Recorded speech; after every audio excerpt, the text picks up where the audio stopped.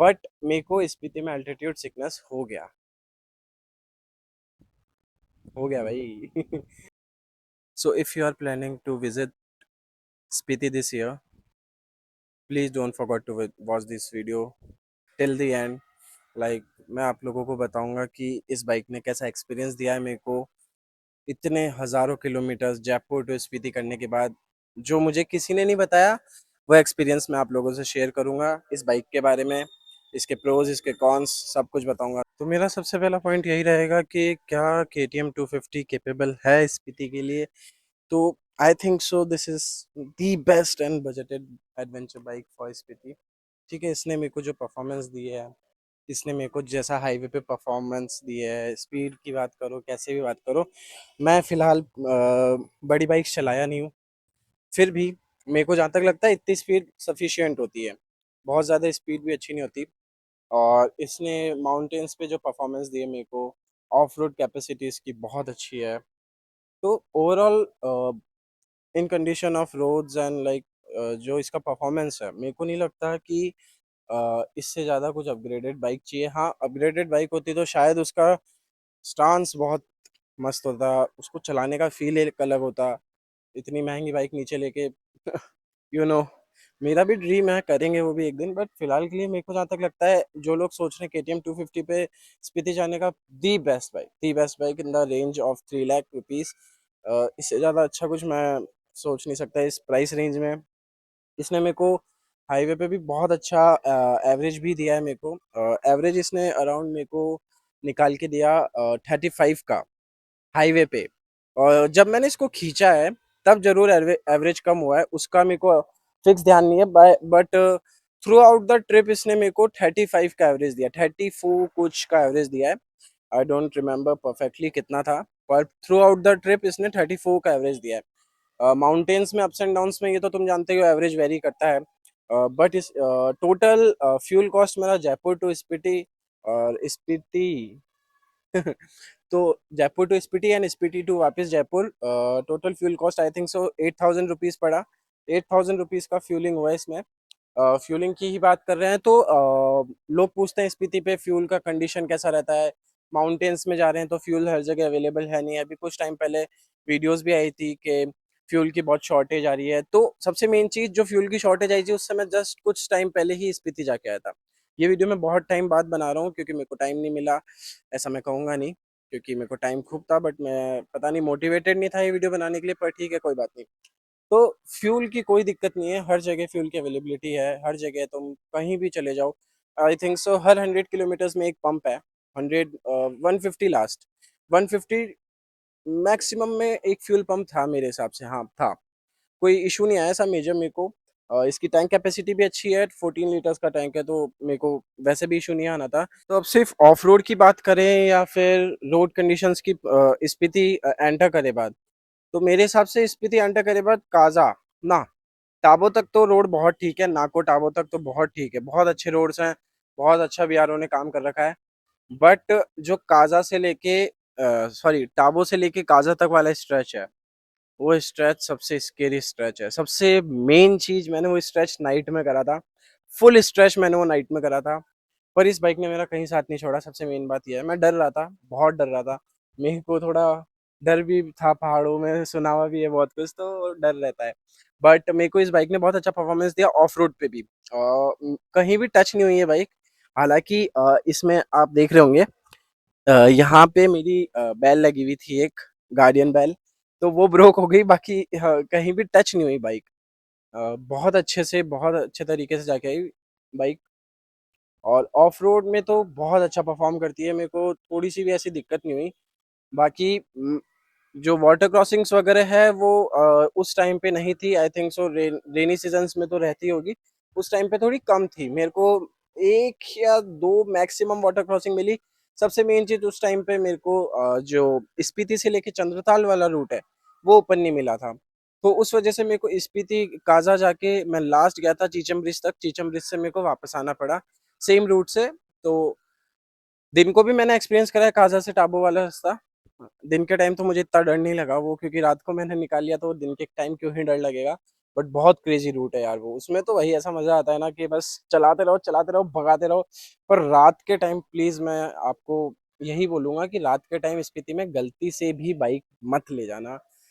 बहुत डर लगता है, प्लस कोई सेफ्टी नहीं। अगर चलो मेरे साथ कुछ हुआ नहीं, वो बहुत अच्छा लक था मेरा, पर बाय चांस भी आपकी बाइक में कुछ भी छोटा सा भी इशू आ जाए तो उस एरिया में कुछ भी नहीं है, कुछ भी। हमारे आगे पीछे कोई एक ही जना नहीं मिला मेरे को। 80 किलोमीटर का स्ट्रेच है टाबो से लेके काजा तक का। 80 किलोमीटर के स्ट्रेच पे सिर्फ हम दो राइडर्स, तीन भी नहीं, दो राइडर्स अकेले पूरे रोड पे थे। कोई नहीं था, एक जना ही नहीं था। मेरे को तो ये डर लग रहा था कि कहीं बाय चांस लेपर्ड ना आ जाए। बट ठीक है। सबसे मेन चीज होती है स्पीति जाते टाइम की प्रिपरेशंस। प्रिपरेशंस वहाँ के वेदर कंडीशन के अकॉर्डिंग, वहाँ के रूटीन के अकॉर्डिंग। तो सबसे पहली चीज, वहाँ पे ठंड बहुत है, एनी टाइम ठंड बहुत है। मैं राजस्थान से हूँ, यहाँ बहुत गर्मी है। फिलहाल तो मौसम बहुत अच्छा हो रहा है, पर यहाँ बहुत गर्मी में भी वहाँ ठंड बहुत है। रात को इतनी नहीं लगती, दिन के टाइम तो जब तक सूरज तुम पे है तो ठीक है, वो तो बिल्कुल ही नहीं लगती। शाम होते होते थोड़ी लगना शुरू होती है, रात को थोड़ी बहुत लगती है। पर जो मॉर्निंग का टाइम होता है, मॉर्निंग का टाइम इज चिल्ड भाई, बहुत चिल्ड। इतना चिल्ड कि कांप रहा था मैं यार कांप रहा था। और सबसे मेन चीज जो लोग बोलते हैं एल्टीट्यूड सिकनेस, मैं बहुत प्राउड करता था खुद पे कि मेरे को एल्टीट्यूड सिकनेस नहीं होता है। मैं यहाँ जाया, वहां जाया, लद्दाख जाया मैं। बट मेरे को स्पीति में एल्टीट्यूड सिकनेस हो गया भाई मेरे को लग नहीं रहा था मेरे को होएगा, बट हो गया वहां पे मेरे को एल्टीट्यूड सिकनेस। मेरा हेडेक हो रहा था, बहुत भयंकर हेडेक हो रहा था, बहुत ज्यादा हेडेक हो रहा था। तो मैंने क्या करा, दिक्कत मेरी ये रह गई कि हम लोगों ने तो चितकुल से हम निकले थे, सीधे रात को काजा रोकी थी हमने बाइक। तो जब मैं सुबह उठा, मेरा बहुत हेडेक हुआ, मेरे को बहुत दिक्कत हुई। मैं बिल्कुल एनर्जी नहीं थी, बिल्कुल लो फील कर रहा था। मेरे फ्रेंड्स वगैरह बहुत एक्साइटेड थे घूमने के लिए, पर मैं बहुत लो फील कर रहा था। Like altitude sickness is real. मैं सोचता था मेरे को नहीं होएगा, मैं बहुत स्ट्रांग हूँ, मैं बहुत कॉम्पिटिटिव हूँ, मेरे को नहीं हो सकता एल्टीट्यूड सिकनेस। मेरी बॉडी बहुत कंपेटेबल है पहाड़ों को लेके, मैं पहाड़ों से प्यार करता हूँ, तो मेरे को एल्टीट्यूड सिकनेस नहीं होगा। पर भाई मेरे को हो गया। तो सबसे मेन चीज, तुम रेस्ट लेके एक स्टॉप ले लोगे ना, जैसे तुम लोग जैसे चितकुल से निकले तो टाबो पे रुक जाओ। नाको तो थोड़ा हाइट पे है, पर टाबो बेस पे है, तो टाबो पे रुक जाओ। टाबो पे रुके बाद फिर अगला स्ट्रेच अगले दिन ले लो। हमारे पास टाइम का थोड़ा कमी था, इसलिए हमें बहुत फास्ट फास्ट करना पड़ा सब कुछ, बट कोई बात नहीं। तो जो इस चीज में डील कैसे करना है, इस चीज में डील करने का यही सिंगल रूल है कि मेडिसिन लो और खुद को बूस्टअप रखो। बहुत ज़्यादा खुद भी अपने हिसाब से भी अपनी बॉडी को ऐसा फील करोगे कि नहीं यार मैं बहुत लो फील कर रहा हूँ, मैं बहुत ज़्यादा थक गया हूँ, या ऐसा कुछ भी, तो खुद ही थकान होने लग जाती है। इस चीज़ के लिए तुम्हें खुद ही थोड़ा एक्टिव रहना पड़ेगा, बॉडी को तुम्हें रखना पड़ेगा, थोड़ा रेस्ट लो, दवाई लो, चलते रहो यार। होती है चीज़ें, हेडेक वगैरह, हाँ थोड़ा ज़्यादा भी हुआ। मैं चीचम ब्रिज तक भी, काजा से लेके चीचम ब्रिज तक भी ऐसे गया, मेरे को भूख नहीं लग रही थी, कुछ भी नहीं हो रहा था। हालांकि मेरे को दूसरे सिम्टम्स नहीं दिखे हेडेक के अलावा एल्टीट्यूड सिकनेस के बाद। वही बहुत था मेरे को रियलाइजेशन देने के लिए कि नहीं, मेरे को संभल के रहना चाहिए। और वो जो एक पिल आती है, मेरे को अभी उसका नाम याद नहीं आ रहा, डिजॉक्सिन ऐसा कुछ है, डिजॉक्सिन है ना, तो वो जरूर ले लेना। मैं बता दूंगा, डिस्क्रिप्शन में लिख दूंगा कि कौन से पिल है वो, पर वो ले लेना। अब सबसे मेन चीज होती है प्रिपरेशंस। यहाँ से क्या क्या सामान लेके जाना है तुम्हारी बाइक के लिए, तुम्हारे लिए, वहाँ के हिसाब से। तो मेरी बाइक पे तो मैंने पीछे पिट्ठू लगाया था, बाकी मेरा फ्रेंड था विष्णु, उसकी बाइक पे हमारे पास सैडल बैग थे, तो उसमें सारा सामान आ गया था। इतना सामान नहीं लेके गए थे हम, तो सिंगल टी दो दो टी शर्ट लेके गए थे। लेयरिंग के लिए हमने बहुत सारी चीजें ली थी, क्योंकि हमें पता था ठंड मिलेगी, हम ये रिसर्च करके गए थे। तो ठंड के हिसाब से कपड़े लेके जाना भाई, ठंड रहती है, बहुत रहती है। हालांकि धूप पड़ेगी तो थोड़ी कम लगेगी, पर काजा वाले साइड में तुम ऊपर की साइड घूमोगे तो वहां तो ठंड बहुत है। Post office, highest post office भी जाओगे या कहीं भी जाओगे, लांगजा भी जाओगे, वहां भी ठंड है। तो ठंड के हिसाब से पैकिंग करना मत भूलना। बाइक के लिए मेरे हिसाब से एक टायर इन्फ्लेटर होना जरूरी है। मेरे पास कुछ भी नहीं था, मैं बहुत बजटेड ट्रिप करके आया हूँ, बजट में मैंने कुछ भी नहीं लिया बाइक के लिए। तो मैं बस चला गया, मैं बस निकल गया। मेरे पास कोई प्रिपरेशंस नहीं थी बाइक को लेके, बट मैं निकल गया, फिर बाइक को लेके मैं वहां गया। कोई इशू नहीं आया मेजर। बाकी हालांकि तुम्हारे पास होना चाहिए बाइक के लिए भी कुछ सामान। सबसे बड़ी मिस्टेक लोग पैकिंग के टाइम पे ये करते हैं स्पीति ट्रिप के लिए, कि वो लोग फुल्ली लोड अप होके नहीं जाते हैं, सारे सामान नहीं लेके जाते हैं। तो तुम्हें लेके जाना चाहिए सब कुछ। और ठंड के हिसाब का पूरा रिसर्च करके जाओ कि वहाँ कैसा वेदर चल रहा है। यहाँ के हिसाब से मत रहो सिर्फ, यहाँ कुछ भी हो, पहाड़ है वो, वहाँ एनी टाइम मौसम चेंज हो सकता है। हम गए थे उस दिन, थोड़ी सी बारिश भी मिली थी हमको रास्ते में, तो वो भी एक टफ टाइम था। तो इतनी नहीं मिली हमें, अच्छा था कि हमें नहीं मिली इतनी, पर मिलती तो बहुत दिक्कत होती। तो रेन लाइनर्स वगैरह सब कुछ रख के लेके जाओ। एक चीज जो हमारे पास मैंडेटरी थी, चेन ल्यूब। चेन ल्यूब तुम्हारे पास होना चाहिए, तुम्हारी बाइक ब्रेकडाउन नहीं हो, कुछ भी नहीं हो, समझ आता है, पर तुम्हारी बाइक वर्क ढंग से करनी चाहिए। तो वर्क ढंग से करने के लिए तुम्हारी बाइक के पास चेन ल्यूब जरूर होना चाहिए, ताकि चेन सॉकेट में या कहीं भी वो चीज़ की प्रॉब्लम ना है, तुम अच्छे से तुम्हारी बाइक का परफॉर्मेंस ले पाओ, यूज़ कर पाओ पूरी बाइक को अच्छे से। उसके लिए तुम्हारे पास चेन ल्यूब जरूर होना चाहिए। हमने हर 1000 किलोमीटर्स में, सॉरी, हमने हर 500 किलोमीटर्स में चेन ल्यूब यूज़ करा था, क्योंकि बहुत सारे रास्ते ऐसे थे जहाँ पानी लग रहा था चेन पे, तो ल्यूब हट जाता है थोड़े टाइम में, डस्ट वगैरह सब कुछ। तो ये चीज़ मैंडेटरी है। बाकी पैकिंग का भी ध्यान रखना तुम लोग भाई, लेके जाना ठंड के कपड़े, बहुत दिक्कत हो सकती है ठंड के कपड़े नहीं हुए तो। बहुत ठंड लगती है वहाँ पे, सर भी दर्द होता है, दवाइयाँ भी मैं तो कहूँ ले ही जाना, वैसे वहाँ मिल जाती है सारी, ऐसे कोई दिक्कत नहीं। काजा बहुत अच्छा शहर है, बहुत अच्छे लोग हैं वहाँ के, सब कुछ है वहाँ पे, सब कुछ अवेलेबिलिटी है, कोई ऐसा मेजर इशू नहीं है। तो अब अपन नेक्स्ट बात कर लेते हैं एक्सपेंसेस की।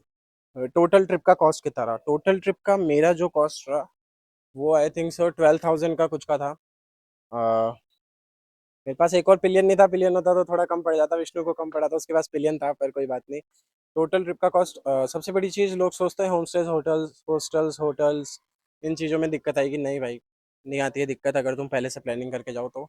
हम लोग तो ऐसे ही निकले थे हम लोगों के हिसाब से तो सब कुछ बहुत रैंडम था, बहुत ज़्यादा रैंडम, बट हमने सब जगह बहुत अच्छे होम स्टेज होटल्स लिए हमने, जहाँ जहाँ भी स्टे लिया। हमारा सबसे बेस्ट स्टे था ना, काजा का था। एक एक्सपीरियंस था काजा में, वो मैं अलग से उसके लिए वीडियो बनाऊंगा, वो बहुत अच्छा एक्सपीरियंस था, उसके बारे में बताऊंगा। हमको एक मॉन्क मिले थे रैंडमली, तुम सोचो वो प्रकट हुए थे हमारे लिए, तो ये मैं नेक्स्ट वीडियो में क्लियर करूंगा क्या क्या हुआ था, कैसे हुआ था, ये चीज़ भी बताऊंगा मैं तुम लोगों को, नेक्स्ट टू नेक्स्ट वीडियो में बताऊंगा शायद, या अगले संडे को बताऊंगा। बीच में डेली व्लॉग जब मैं डालता रहूंगा, मोटिवेशन वापस आ चुका है। ठीक है, ये हो गया। अब पूरी ट्रिप का सबसे ज्यादा टफ पार्ट क्या था, सबसे बड़ा चैलेंज क्या था मेरे लिए? पूरी ट्रिप का सबसे बड़ा चैलेंज मेरे लिए तो शायद वही था कि जहाँ मेरी तबीयत खराब हुई थी। तबीयत खराब हुई बात तो इंसान को कुछ भी करने का मन नहीं करता यार। जब तक तुम ठीक हो, तुम्हारी बॉडी ठीक है, तुम सब कुछ कर सकते हो। अगर तुम ही खराब हो गए, तुम ही चाहे से बुखार भी आ गया ना, सर दर्द भी कर रहा है, बहुत छोटी सी चीज सर दर्द, पर तुम्हारा पूरा ट्रिप ऐसा हो जाता है कि यार मेन जगह पे आके तुम्हारा सर दर्द हो रहा है, तो मैं बहुत ज्यादा उस चीज को रिग्रेट करा था। तो मेन चीज मेरे हिसाब से दवाई जरूर लेके जाना, मैंने बता दिया तुम्हें। बाकी यही मेरा सबसे बड़ा बिगेस्ट चैलेंज था। और टाबो से लेके काजा तक वाला रात का रास्ता मैं नहीं बोल सकता भाई, रात को मत चलाना भाई बाइक रात को बिल्कुल मत चलाना, बिल्कुल भी मत चलाना, रात को सबसे ज्यादा रिस्क है बाइक चलाने में तो जो मेरी जैसे फर्स्ट टाइमर्स स्पीति जाने वाले हैं, उनके लिए मेरी तरफ से एक ही एडवाइस रहेगी कि फर्स्ट टाइम अगर जा रहे हो स्पीति, तो आराम से जाना, राइड स्लो, सुबह जल्दी निकलो पूरे पहाड़ों में, जब भी तुम एंटर कर जाओ सुबह टाइम से निकलो, रात होने से पहले होम स्टे होटल कुछ भी देख लो, शाम होने से पहले। आई थिंक सो 8 लास्ट होना चाहिए तुम्हारा राइडिंग का टाइम। मैं 8 कब बता रहा हूँ, जब ये दिन के टाइम चल रहा है, सर्दियों में तो 6 बजे ही तुम घुस जाओ होटल में भाई, फिर वहां सिटी एक्सप्लोर करो, जहाँ भी रुके हो, गाँव में रुके हो, कहीं भी रुके हो, वो एक्सप्लोर करो, क्योंकि बहुत रिस्की होता है भाई फर्स्ट टाइमर में। पता भी नहीं होता ना वहाँ की क्या क्या चीज होती है, क्या क्या बात हो सकती है अपने साथ। वहाँ की बहुत सारी चीजें बेस्ट है। अब जैसे मैं चितकुल गया ना, मेरे हिसाब से मेरी लाइफ के एक्सपीरियंस में आज तक का सबसे बेस्ट विलेज पूरे इंडिया में मैंने जो विजिट करा है, मैं लद्दाख भी गया हूँ, बहुत सारी जगह गया हूँ भाई, चितकुल मुझे बहुत प्यारा लगा। हाँ, लोगों ने क्राउडेड होने की वजह से बहुत सारी दिक्कतें कर दी, पर चितकुल से आगे जाते हैं ना, तो एक पोस्ट आता है आर्मी का, आईटीबीपी का। तो वहां से जब आगे जाते हैं, वो एक पास देते हैं आईटीबीपी वाले, बट वहां से जब आगे जाते हैं ना, वो भाई ऐसा है कि तुम जन्नत में जा रहे हो। दो वैलीज है बड़ी बड़ी, उनके बीच में से रास्ता जा रहा है, और एक जगह रास्ता बंद हो रहा है, बंद नहीं हो रहा मतलब वैली के अंदर जा रहा है, और उस अंदर जाते ही आगे चाइना की बॉर्डर है। वहां उस पॉइंट के बाद वहां जो रास्ता दिख रहा है तुम्हें, वहां तक अपन नहीं जा सकते, वहां तक आर्मी आईटीबीपी जा सकती है। वहां के आगे चाइना की बॉर्डर है, और इतना प्यारा रास्ता, इतना प्यारा, मजा आ जाता है। सबसे अच्छी रोड बताऊंगे तुम्हें, मेरे हिसाब से नाको के आसपास वाली। नाको एक बहुत हाइट पे पॉइंट है, बट नाको का पूरा रास्ता शिमला से लेकर टाबो तक तो मैं कहता हूँ बेस्ट रोड्स है, और ऑफ रोडर के लिए तो टाबो से लेकर काजा तक बेस्ट रोड है। बट मेरे लिए थोड़ा स्केरी इसलिए हो गया क्योंकि मैं रात के टाइम गया, बाकी रोड वो भी बेस्ट है। पर सबसे मेन चीज़ मैं रिकमेंड करूंगा नहीं करूंगा 250 सीसी पे केटीएम पे इतनी दूर जाना। भाई मैं करूंगा यार, कैसे नहीं करूँ। मैं जाके आया यार, क्या फील था, क्या मजा था यार।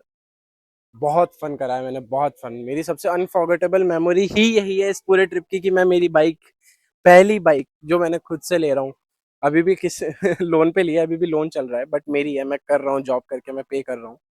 मेरी खुद की बाइक से मेरा जो ड्रीम रहता है पहाड़ों में जाना, वो मेरे लिए फर्स्ट टाइम हुआ, तो ये मेरे लिए अनफॉर्गेटेबल था। मतलब इससे ज्यादा अच्छा क्या हो सकता है यार तुम्हारे साथ, कि तुम खुद की बाइक पे पहाड़ों में जाओ।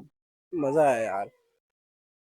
हाँ, एक चीज और पूछते हैं, एक चीज और मेन होती है कि वहां पे खाने का क्या ऐसा क्या रहता है। खाने का देखो मैं बताऊं तुम्हें, जहाँ काजा वाली साइड हुई, दूसरी साइड हुई, वहाँ पे होम स्टेज हैं, तो वो बहुत बेसिक सा खाना रखते हैं, ऐसे हाई फाई फूड नहीं है, बाकी हर जगह अवेलेबिलिटी बहुत है।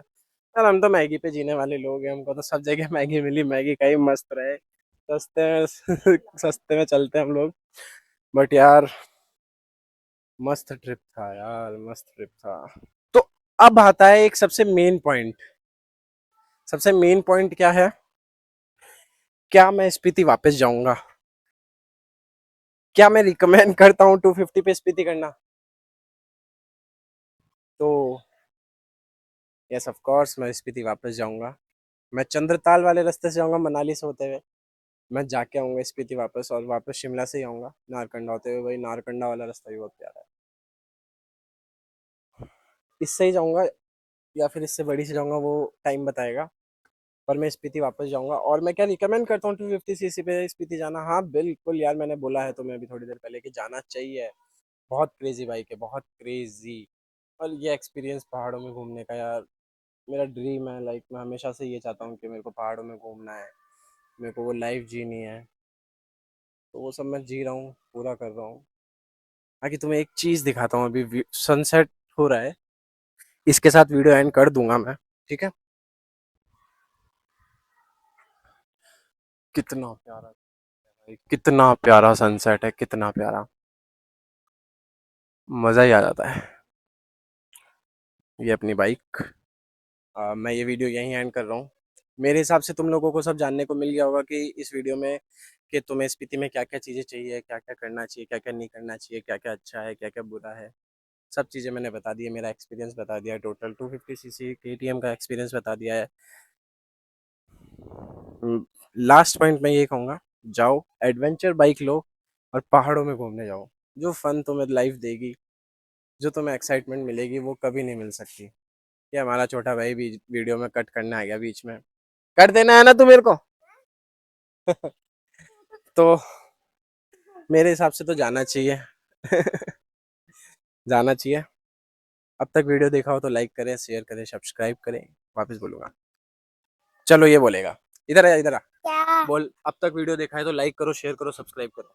अब तक वीडियो दिखाया है, लाइक करो, सब्सक्राइब सब्सक्राइब शेयर करो। या इसने बोल दिया, करना पड़ेगा यार, करना पड़ेगा। चलो, तो आपने बात तो सुन ही ली होगी। लाइक करें, शेयर करें, सब्सक्राइब करें। अब तक वीडियो देखा है तो थैंक यू सो मच।